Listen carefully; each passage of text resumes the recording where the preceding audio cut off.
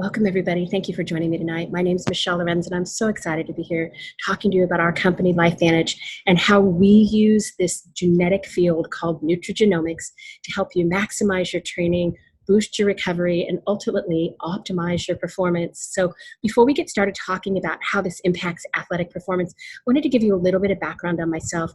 My background's actually in the law. After law school, I worked for about 25 years managing litigation for crane and rigging companies all around the United States. I absolutely loved what I did. But when this opportunity got presented to me, I was already interested in this field of nutrigenomics, but I put my lawyer's hat on and I spent a couple months doing research and checking out the science the way that I would if we were going to cross-examine a witness on the stand. I looked into the peer-reviewed clinical studies. I went and listened to testimonials. I listened to expert witnesses. I did my own research, and then I took the product myself. I was looking for evidence to refute or cross-examine this company and its products. I looked at the financial information, the company history, and ultimately I was overwhelmingly impressed with this mountain of evidence that convinced me this was the best professional opportunity I had ever seen, and it was going to enable me to help tons of people and animals. So for that reason, I'm so excited to be here talking to you about the evidence that convinced me tonight. And tonight we're going to focus on athletes in NRF1. So let's get started with the presentation. And I'm going to go ahead and minimize myself and get myself out of the way here. So let's start with athletes. What's our objective here? Our objective is to help you gain an edge, to train harder, to train longer, to train more often so that you can get back into the gym, on the field, on the mats, on the court, whatever it is that's your passion, to help you get back there. We want to help you learn how to speed your recovery, to optimize your training, and ultimately maximize your performance. And so how do we do that? Tonight, we're going to spend a little bit of time talking about both NRF1 and NRF2 and how those impact mitochondria and oxidative stress. But I wanted to give you kind of a big picture and how these interact with each other. So what you see on the screen is mitochondria. Each one of these is called a mitochondrion, and mitochondria is where we get our energy for our cells, and they interact with overall with our food. So when you eat food, that food is what supplies you with the fuel for your mitochondria. And your mitochondria then produce what's called ATP. And we're going to talk a lot tonight about ATP. That's what athletes need for their energy, right? And so once you have ATP and you have that energy, you can go out and exercise. So it doesn't matter if you're a mom that's running around after the kids or if you are a professional athlete, you need ATP. But unfortunately, as you utilize that oxygen when you're exercising and moving and living and breathing, you also produce free radicals. So your body makes them as a waste product, but you also get free radicals from exposure to environmental toxins of all sorts and types, right? And that ultimately leads to what we call oxidative stress in our body. And oxidative stress, unfortunately, causes aging, both at the cellular level and along our whole body. So what we do with our two flagship products here with LifeVantage is, first of all, our NRF1 or NRF1 activator impacts mitochondria. And what it does is it helps our body produce more mitochondria. That's going to be the focus of tonight's presentation. But in addition to that, our NRF2 activator or NRF2, it helps decrease the free radicals, power washing those free radicals out of our cells, and ultimately helps us decrease our body's oxidative stress. And when we do that, we can slow down the cellular aging process. Now, science gets a little bit complicated, so I wanted to give you a simple way to remember it. Think about this like a fireplace. So in a fireplace, if you want to burn a big fire, you want more logs on the fire, and you want big, thick, healthy logs, not just little kindling, right? That's what produces a healthy fire. And then as you burn that fire, the waste product at the bottom of the fireplace is soot. And if you don't ever clean the soot out of your fireplace, your fire's not going to burn well. So you want big, healthy logs to make a bigger fire, and then you want to get the soot out of the bottom of the fireplace so that your fireplace can burn well. Well, that's the same thing that happens inside your cells. Think of those logs just like mitochondria. You want more logs on the fire just like you want more mitochondria in your cells. And you want those mitochondria to be big and strong and buff, not little wimpy little mitochondrion. That's just like the logs in the fire. And then after you do your exercise, you get those free radicals in your cells. That's the same thing, just like soot at the bottom of the fireplace. So just like you clean the soot out of your fireplace, you want to power wash those free radicals out of your cells so that your cells can operate better and ultimately you can perform better. Now, how does that work in the context of athletes? So let's focus on our flagship product that came out in 2016. This is called NRF1 or NRF1 activator. It impacts your body's mitochondria and ATP. So how does it do that? You can see here on the slide these little things that look like worms. Those are all mitochondria. And this is a little bit misleading. Most illustrations you see only have 2 or 3 mitochondria in the cell. And unfortunately, that's not completely accurate. Actually, most cells have hundreds and some even thousands of mitochondria. Now, what you see here is mitochondria, there are engines of our cells. They produce up to 95% of our body's energy. And so it's really important. Your quality of life depends on your quality of mitochondria. If your mitochondria die, you die. That's how important they are. But in the context of athletic performance, your quality of performance also depends on the quality of your mitochondria. Now, how do we know that? Some of you may remember Greg LeMond. He is an internationally acclaimed cyclist. He won the Tour de France. He has one of the highest VO2 maxes ever recorded. And he authored a book with a physician. And in that book, he said, listen, athletes, we know how to feed our bodies. We're watching our carbs. We're watching our protein. Every athlete knows about that. But he said, the other thing that athletes should know is this word mitochondria. And you need to understand how it works in your body, because mitochondria, that word should be as common in an athlete's vocabulary as the words carb and protein. And so these are some things that came out of his book called The Science of Fitness. He said, listen, mitochondria use the reactivity of oxygen to turn our food and our body fat into energy for our muscles. They're where we get our athletic power. And what's really great is if you are an athlete and you push yourself hard, you're going to increase your mitochondria. You're going to create more of them, and you're going to make the ones you have bigger and stronger.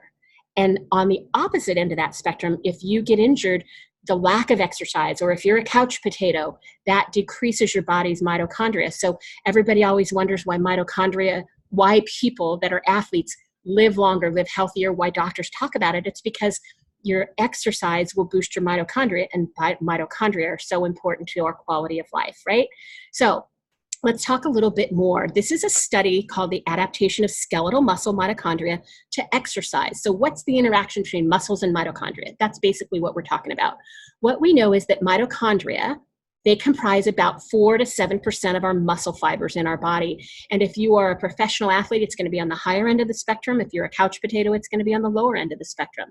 Your skeletal muscles have usually between 1,000 and 2,500. Smaller muscles like your bicep muscle or your tricep may only have 200 to 300 mitochondria per cell. But what's amazing and why it's so important for athletes to watch their mitochondria is our heart. Our heart muscle has up to 5,000 mitochondria per cell. And so similarly, our brain and our neurological system, our brain only weighs about 2% of our body's weight, but it utilizes up to about 20% of our mitochondrial energy. So it's really important that we keep our mitochondria functioning well for both our heart and our cardiovascular system and our neurological system. So if you have 5,000 mitochondria in each cell and you just have impairment to 10% of them, now you're down to 4,500, right? If you have impairment to 20% of them, now you're down to 4,000. Think about that overall impact on your ability to generate oxygen throughout your entire body if you're an athlete. So what we know is that exercise, up here you see at the top, is one way to boost your mitochondrial production. You see here that it creates ATP. We're going to talk about that. The other thing that boosts mitochondria is intermittent fasting or caloric restriction. Both of those will boost your ATP, but now we have a third way, which is NRF1 activation. Now, what's really fascinating is we know that if you are like Michael Phelps here in the United States or down there in Australia, Ian Thorpe, they had tons of mitochondria because they've been pushing their bodies with endurance exercise, with high intensity interval training. And when you do that, those two types of training will boost your mitochondria by up to about 40%. On the opposite end of that spectrum, though, if you have an injury, there was a study talking about athletes that had blown out their ACL in their knee, and they had to have an immobilizer placed on their leg. And in just 2 weeks, the muscles in their leg that weren't being utilized, that were getting no exercise because they were non-weight bearing, that the mitochondria can decrease by as much as 30% in that period of time. So it's super, super important to do whatever we can to boost our mitochondria. Now, you can see on this drawing, that's an excerpt from this presentation, there are genes that are impacted by this, and you're going to see there the genes that you're going to hear a lot about. NRF1 and NRF2 genes are both impacted. And when NRF1 and NRF2 are activated, which is what we do here at LifeVantage, the field we've been a pioneer in, you can see that it impacts our mitochondria in all sorts of different ways. So that's how important the NRF1 activation and NRF2 activation are for mitochondria and ultimately for our performance. Now, what is in our NRF1 activator? You see it here. It's got 5 all-natural herbal ingredients. It is BSCG certified, just like all of our products, which means the Banned Substances Control Group. You can take our products and you don't have to worry about failing a drug test. It is not a performance-enhancing drug, right? But what's in it? We know alpha-lipoic acid, CoQ10, resveratrol from grape extract, quercetin, which comes from onions in the garlic family, and then acetyl L-carnitine. A lot of you may have had your personal trainer have you taking L-carnitine before a workout. Mine always did. I never knew why. I knew it helped my performance, but I didn't know how. What I know now is it was boosting my mitochondria and ultimately helping me perform better, create more endurance during my workouts. Now, what does our NRF1 synergizer or activator do? It limits the effect of cellular aging, limits mitochondrial dysfunction. It also enhances our existing mitochondria, so makes them bigger and stronger and healthier, just like those big logs on the fire. It stimulates the production of new mitochondria, so we're throwing more logs on the fire with this NRF1 activator. It helps support cognitive and brain health, helps support sleep quality and cellular repair, and also supports our cardiovascular and circulatory systems. But importantly for athletes, it increases your cellular energy, or your ATP, so that oxygen that's getting to your muscles, your oxygen that's getting to your heart. Now, let's look at what ATP is. Super important. Every athlete should know that adenosine triphosphate and our NRF1 activator boost the levels of ATP. And when you do that, ATP helps you maintain your muscle function longer. Now, what happens when you have longer muscle function? You can train longer, you can train harder, you can train more often, and that helps boost your strength, it helps boost your speed, and helps boost your stamina. So this is just empowering your body to turn on its own system so it can optimize its own performance. Now, how does that impact what's called VO2, our VO2 max? So VO2 is a way that we measure our body's utilization of oxygen. So you see the athlete here with the mask over his face. They're measuring his body's uptake of oxygen and how he can get that to his muscles. Because if you take in oxygen but it doesn't go to your muscles, that's not going to help you much improve your performance, right? So VO2 max isn't just a measure of oxygen you're taking in, but the oxygen that you're getting to your mitochondria. Again, that same word that Greg LeMond talked about. These are some examples of VO2 max. Most men run between 40 and 50. Most women are about 20% lower than men. And you see some examples of elite athletes here. Greg LeMond had one of the highest VO2 maxes ever recorded, 92.5. Typically, it's cross-country skiers and over in Norwegian countries and cyclists that tend to have the highest VO2 maxes, right? Now, what we know is when you boost your mitochondria, you create more ATP, and when you have more ATP, it helps you have a higher VO2 max. Again, how much oxygen are you getting to your muscles? I loved this example though, because this is nature, and you can see an illustration of what happens when other mammals have more mitochondria. So we think of some of the most elite athletes as being thoroughbreds, big industry down there in Australia, right?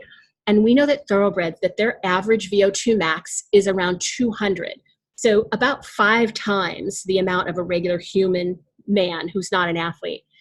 But here's what's pretty powerful. Sled dogs. We know that Alaskan Malamutes and Siberian Huskies, those dogs that run in races like the Iditarod, they can run 100 miles day after day after day after day for weeks and sometimes months on end. How do they do that?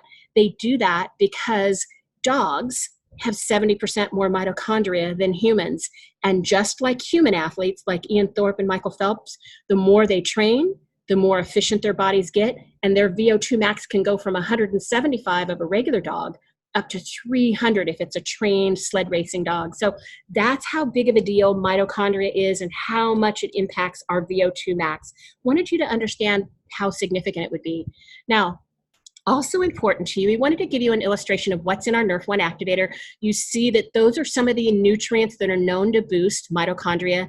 The other two big impacts are glutathione, which is our master antioxidant. That boosts your mitochondrial production. And on the obviously green tea, both of those are in our NRF1 activator or NRF2 activator as well that you'll hear about on a different presentation. There's some other things you can do to boost mitochondria, B vitamins, magnesium. That's why a lot of athletes take mag. Super, super important to athletes is to take omega-3s. Very, very critical to mitochondrial production. You should try to have about a 2-to-1 ratio of omega-3s to omega-6s. So if you are an athlete, make sure these are part of your core supplement routine that you're taking, your regimen on a daily basis. But also make sure you know about the things that can damage your mitochondria. So we know that alcohol, if you go and have a great workout and then you go have some beer after your workout, you're damaging the impact of the mitochondria that you just tried to boost.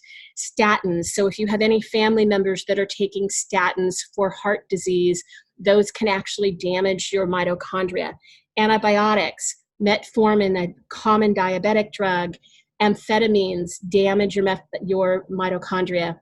But what I thought was really profound is that even healthy people who don't have any meds that they normally take, there's some things that we might take because we're a little stiff or sore. Acetaminophen, ibuprofen, and aspirin, all of those things can also damage our mitochondria. So that's why we're so excited about our NRF1 and NRF2 activators, how they can work in tandem. And hopefully we don't have to take as much of that acetaminophen or ibuprofen because our body is being empowered to optimize its own health, right?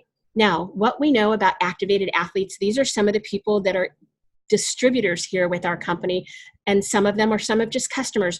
There is an NCAA wrestling champion, one leg, he is NRF2 activated.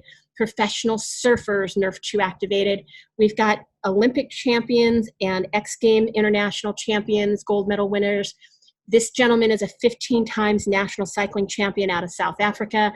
We have professional jockeys, both Eclipse winning jockeys as well as this jockey who is just a customer, but he actually ran in the Kentucky Derby this year as well as in our Preakness. He's 55 years old if I'm not mistaken, and he is using our NRF2 and NRF1 activators. You see marathon runners. This gentleman competes in triathlons and has won the Ironman, NRF2 activated. Professional baseball players, college athletes, IFBB bodybuilding pros, professional volleyball players. And the important thing about all of these people is they are not paid endorsements. We don't pay them to use our products. They don't get free products. They use our products because they've seen the difference that activation makes in how their body trains, recovers, and ultimately performs.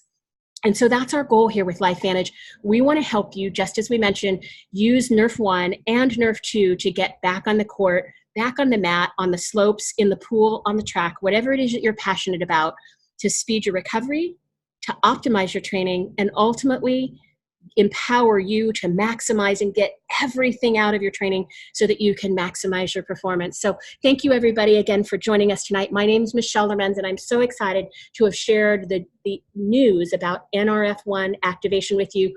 Tune in to another call to hear about NRF2 activation as well. Have a great night, everyone.